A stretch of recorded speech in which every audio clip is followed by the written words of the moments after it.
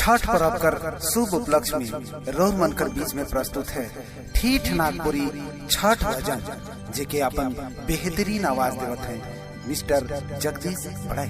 Music by Manoj Gumla. Chhathi Maiya ओ माँ,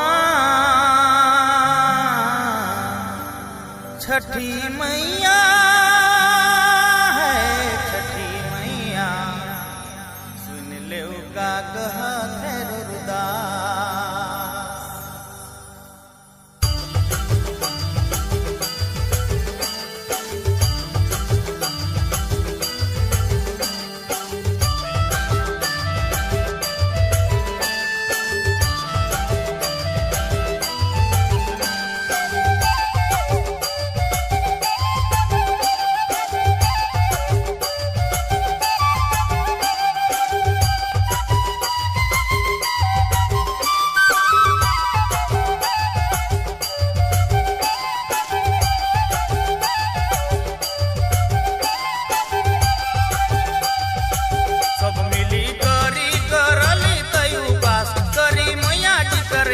छठी मैया, छठी मैया सुन ले का कहत है रुदास। छठी मैया सुन ले का कहत है रुदास।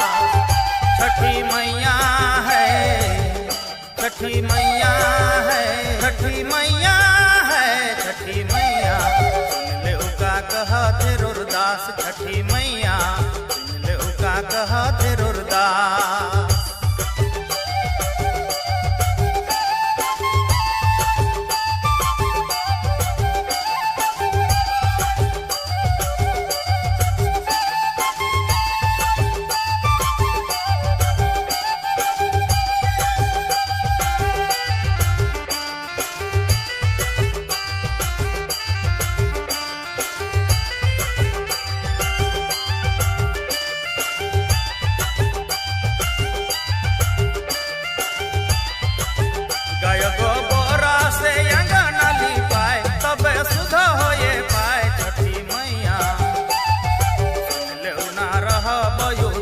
छठी मैया सुन ले ना रह बयुदास। छठी मैया है छठी मैया है छठी मैया है छठी मैया, सुन ले का कहत है रुदास। छठी मैया सुन ले का कहत है रुदास।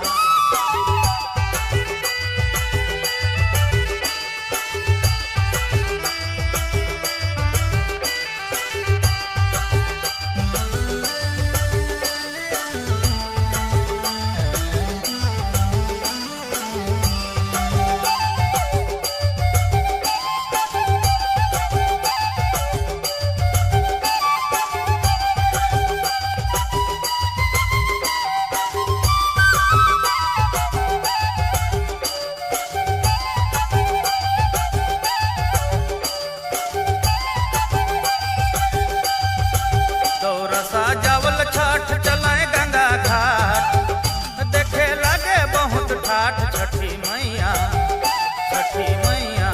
कर देहु सतर के नाश। छठी मैया कर देहु सतर के नाश।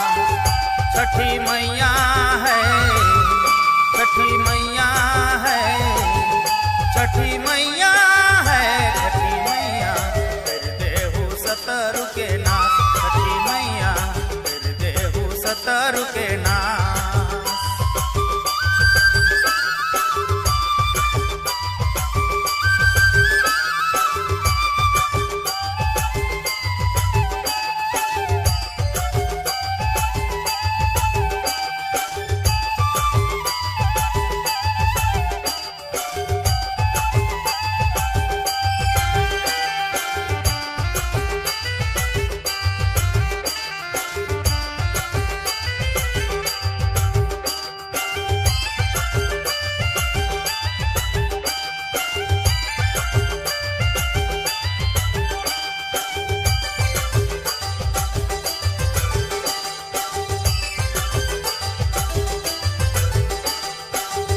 जया रख देही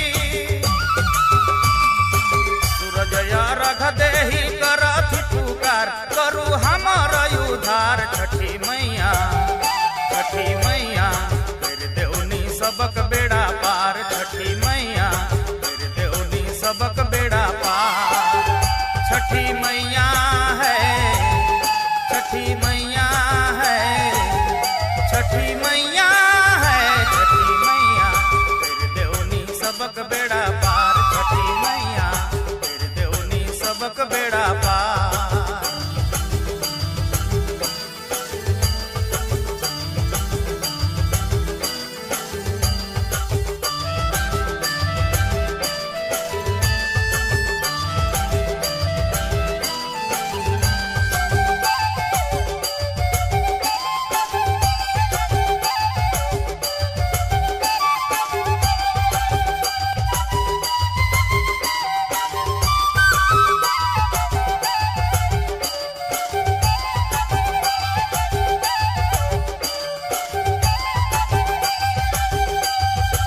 जगदीश देख गेला गंगा के किनार रहे कतई परिवार छठी मैया हाय छठी मैया हाय छठी मैया कर देउनी सबक बेड़ा पार छठी मैया कर देउनी सबक बेड़ा पार छठी मैया है